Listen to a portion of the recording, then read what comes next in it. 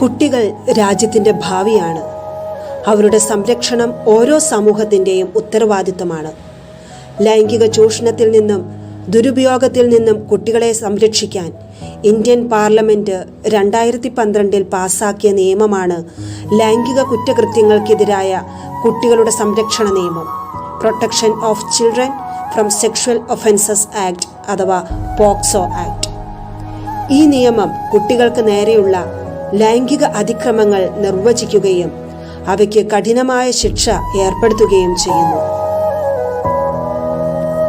POCSO നിയമം കുട്ടികളെ ലൈംഗിക ചൂഷണത്തിൽ നിന്നും ദുരുപയോഗത്തിൽ നിന്നും സംരക്ഷിക്കുന്നതിനുള്ള ഒരു ശക്തമായ നിയമമാണ്. ഈ നിയമം കുട്ടികളുടെ ലൈംഗികതയെക്കുറിച്ചുള്ള സമൂഹത്തിന്റെ കാഴ്ചപ്പാടിൽ ഒരു പുതിയ ദിശാബോധം നൽകി. കുട്ടികളെ ലൈംഗിക വസ്തുക്കളായി കാണുന്ന പ്രവണതയെ ഈ നിയമം നിരുത്സാഹപ്പെടുത്തുകയും കുട്ടികളുടെ അവകാശങ്ങളെക്കുറിച്ചുള്ള അവബോധം സൃഷ്ടിക്കുകയും ചെയ്യുന്നു. പോക്സോ നിയമം കുട്ടികൾക്ക് നേരെയുള്ള ലൈംഗിക അതിക്രമങ്ങൾ റിപ്പോർട്ട് ചെയ്യാനും നീതി ലഭിക്കാനും ഒരു സംവിധാനം ഒരുക്കുന്നു.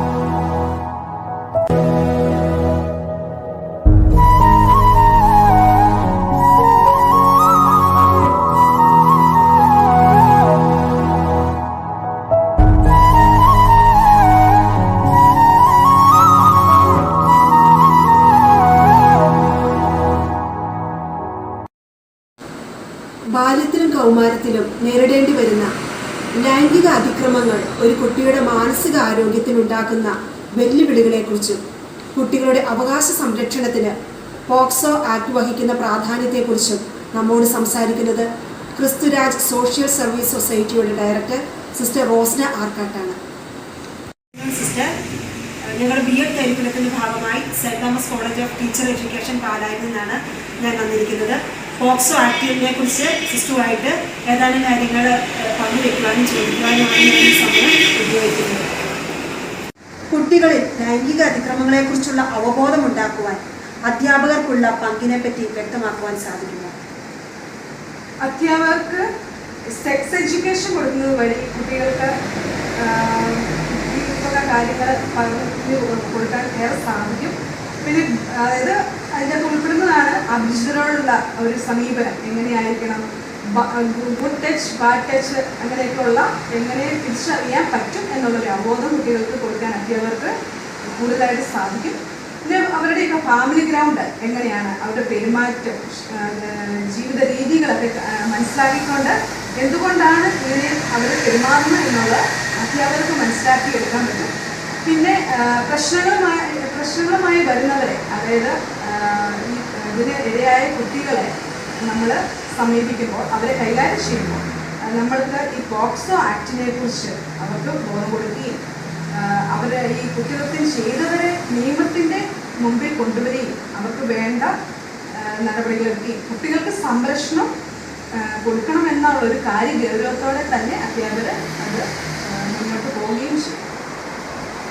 പോക്സോ കേസുകളുടെ ആഘാതങ്ങളിൽ നിന്നുള്ള കുട്ടികളുടെ മോചനം എപ്രകാരമാണ് സാധ്യമാകുന്നത്? നമ്മൾ മുമ്പ് പറഞ്ഞു, ഈ സെക്ഷൽ അബ്യൂസിന് ഇരയായ കുട്ടികൾക്ക് മാനസിക ഒരു വൈകല്യം അല്ലെങ്കിൽ ഒരു അവസ്ഥ ഒരു പ്രത്യേക രീതിയിലാണ് പോകുന്നത്. ഒരു രീതിയിൽ പറഞ്ഞ് അവർക്ക് നല്ല കൗൺസിലിംഗ് കൊടുക്കുകയാണെങ്കിൽ ഇതിൽ നിന്നൊരു മോചനം ഒരു പരിധി വരെ കിട്ടും. അവർക്ക് ഏറ്റവും വിശ്വസിക്കാവുന്ന ഒരു അന്തരീക്ഷം ഇതിലൂടെ നമ്മൾ അവർക്ക് കൊടുക്കേണ്ടത് ആവശ്യമാണ്. മാതാപിതാക്കളുടെ ഒരു സാന്നിധ്യം എപ്പോഴും, കെയറിങ് എപ്പോഴും അവർക്ക് ഉറപ്പാക്കണം. അതുപോലെ ഈ മൊഴികളൊക്കെ എടുക്കുമ്പോൾ കുറ്റവാളികളുടെ ഒരു മുൻപിൽ നിന്നാകരുത് അവരുടെ അവരുടെ ചോദ്യങ്ങൾ ചോദിക്കുന്നു എന്നുള്ള കാര്യങ്ങൾ ഇവയൊക്കെ നമ്മൾ ശ്രദ്ധിക്കേണ്ടതുണ്ട്. അത് ഒരു പരിധി വരെ ഇവർ ഈ ആഘാതത്തിൽ നിന്നൊക്കെ ഒരു മോചനം കിട്ടാൻ സാധ്യത. സമൂഹത്തിൽ കുട്ടികളുടെ സുരക്ഷിതത്വം ഉറപ്പാക്കാൻ ബോധവൽക്കരണ പരിപാടികളുടെ പ്രാധാന്യമുണ്ട്. തീർച്ചയായും ഈ കേസുകൾ വർദ്ധിച്ചു വരുന്നതിൻ്റെ ഒരു കാരണം തന്നെ കുട്ടികൾക്ക് വേണ്ടതായ ഒരു അറിവില്ല എന്നുള്ളത് തന്നെയാണ്. കാരണം വീടുകളിൽ നിന്നോ സ്കൂളുകളിൽ നിന്നോ വേണ്ടത്ര സെക്ഷൽ എഡ്യൂക്കേഷൻ കുട്ടികൾക്ക് ലഭിക്കുന്നില്ല. അതിന് മാതാപിതാക്കളും അധ്യാപകരും മുന്നോട്ട് ഇറങ്ങേണ്ടതുണ്ട്.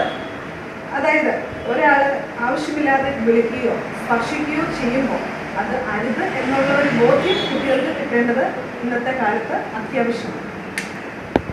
കുട്ടികൾ ലൈംഗിക ചൂഷണത്തിന് കാരണമാകുന്ന സാമൂഹിക, സാമ്പത്തിക, മാനസിക ഘടകങ്ങൾ ഏതൊക്കെയാണ്?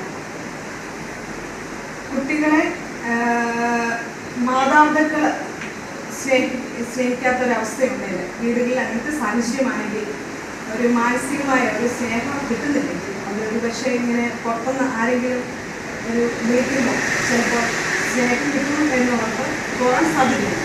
ഒരു സാമ്പത്തികമായ ഒരു സംരക്ഷണം വീടുകളിലോ കുട്ടിക്കോ ഇല്ലെങ്കിൽ അതിപ്പം എന്തെങ്കിലും തരാം, അല്ലെങ്കിൽ അതിനുള്ള സംരക്ഷണം തരാം എന്ന ഉറപ്പ് മറ്റുള്ളവർ പറയുമ്പോൾ അവരറിയാതെ അതിലേക്ക് വീണ് പോകാൻ സാധ്യതയുണ്ട്.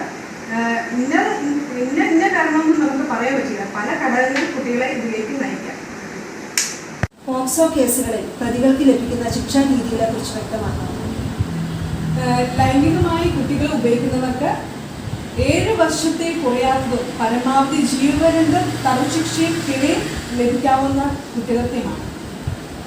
ഇങ്ങനെയൊരു അതിക്രമം കുട്ടികളെ സംരക്ഷിക്കുന്നവരിൽ നിന്നാണ് ഉണ്ടാകുന്നതെങ്കിൽ ചുരുങ്ങിയത് 10 വർഷം മുതൽ ജീവപര്യന്തം വരെ തടവുശിക്ഷയും പിഴയും ലഭിക്കും. പോക്സോ ആക്ട് കുട്ടികളുടെ അവകാശ സംരക്ഷണത്തിനും സുരക്ഷിതത്വത്തിനും നിർണായകമായ പങ്ക് വഹിക്കുന്നു എന്ന് പറയുവാൻ കഴിയുന്നു. തീർച്ചയായും പറയാൻ സാധിക്കും. Protection of children from sexual offence act, അതായത് പോക്സോ ആക്ട് നിലവിൽ വന്നത് തന്നെ സെക്ഷൽ അബ്യൂസിന് ഇരയാകുന്ന കുട്ടികളെ സംരക്ഷിക്കുക എന്ന ഒരു ഉദ്ദേശത്തോടു കൂടി തന്നെയാണ്. അതായത് കുട്ടി എന്ന് പറയുന്നത് അത് ആൺപെൺ വ്യത്യാസമില്ലാതെ 18 വയസ്സിന് താഴെയുള്ള ഏത് കുട്ടിക്കും, സെക്ഷൽ അബ്യൂസിന് ഇരയായ ഏതൊരു കുട്ടിക്കും സംരക്ഷണം ഉറപ്പ് നൽകുക എന്ന ഉദ്ദേശത്തോടു കൂടി തന്നെയാണ് ഇന്ത്യൻ ഭരണഘടന ഈ നിയമം നടപ്പിലാക്കിയിരിക്കുന്നത്. പോക്സോ കേസുകൾ കുട്ടികളുടെ മാനസികാവസ്ഥയെ ഏതൊക്കെ രീതിയിൽ ബാധിക്കുന്നു? ഇതിന് പ്രകടമാകുന്ന മാറ്റങ്ങൾ എന്തൊക്കെയാണ്? കുട്ടികളെ മാനസികമായി ഏറെ ബാധിക്കുന്ന ഒന്നാണ് ഈ സെക്ഷൽ അബ്യൂസ് എന്നത്. അത് അവരെ അമിതമായ ഉത്കണ്ഠ, ഭയം, ശ്രദ്ധക്കുറവ്, അങ്ങനെ ദേഷ്യം, ഇതിലേക്കൊക്കെ ഭയങ്കരമായിട്ട് കുട്ടികൾക്ക് ഇതിലേക്ക് നയിക്കുന്നു എന്നുള്ള ഒരു സാധ്യത കൂടുതലാണ്. പോക്സോ നിയമത്തിന്റെ കാര്യക്ഷമത വർദ്ധിപ്പിക്കുവാനായി നിർദ്ദേശിക്കുന്ന പ്രധാന മാർഗങ്ങൾ എന്തൊക്കെയാണ്? ഈ പോക്സോ നിയമത്തെക്കുറിച്ച് കുട്ടികളിൽ മതിയായ അവബോധം ഉണ്ടാക്കുക എന്നുള്ളത് ഒരു പ്രധാനപ്പെട്ട ഒരു ഘടകമാണ്. അതുപോലെ പൊതുസമൂഹത്തിലും ഈ അതിക്രമത്തിന് ഇരയായ കുട്ടികളെ സംരക്ഷിക്കേണ്ടത് വളരെ പ്രധാനമാണ്. അതിന് പറ്റിയ ഒരു നിയമം തന്നെ ഉണ്ട് എന്നുള്ള സമൂഹത്തിന് ബോധ്യമാകണം. അപ്പം ഒരു പരിധി വരെ ഈ അതിക്രമം കുറഞ്ഞു വരാൻ സാധ്യതയുണ്ട്. അതിന് നിർദ്ദേശിക്കുന്ന നിയമങ്ങളും ശിക്ഷകളൊക്കെ പരമാവധി ഉപയോഗിക്കുമ്പോൾ ഇതിൻ്റെ അതിക്രമം കുറച്ചുകൊണ്ട് വരാൻ സാധിക്കും. പോക്സോ ആക്ടിനെ കുറിച്ചും അതിൻ്റെ വിവിധ നിയമവശങ്ങളെക്കുറിച്ചും അതിന് സമൂഹത്തിലുള്ള പ്രാധാന്യത്തെക്കുറിച്ചും അത് കുട്ടികളിൽ ചെലുത്തുന്ന സ്വാധീനത്തെക്കുറിച്ചും അതുപോലെ തന്നെ അധ്യാപകർക്ക് ഈ മേഖലയിൽ വഹിക്കാവുന്ന പങ്കിനെക്കുറിച്ചും വ്യക്തമാക്കി തന്ന് ഈ സമയം എനിക്ക് വേണ്ടി ചെലവഴിച്ച സിസ്റ്ററിന് ഒത്തിരി നന്ദി പറയുന്നു.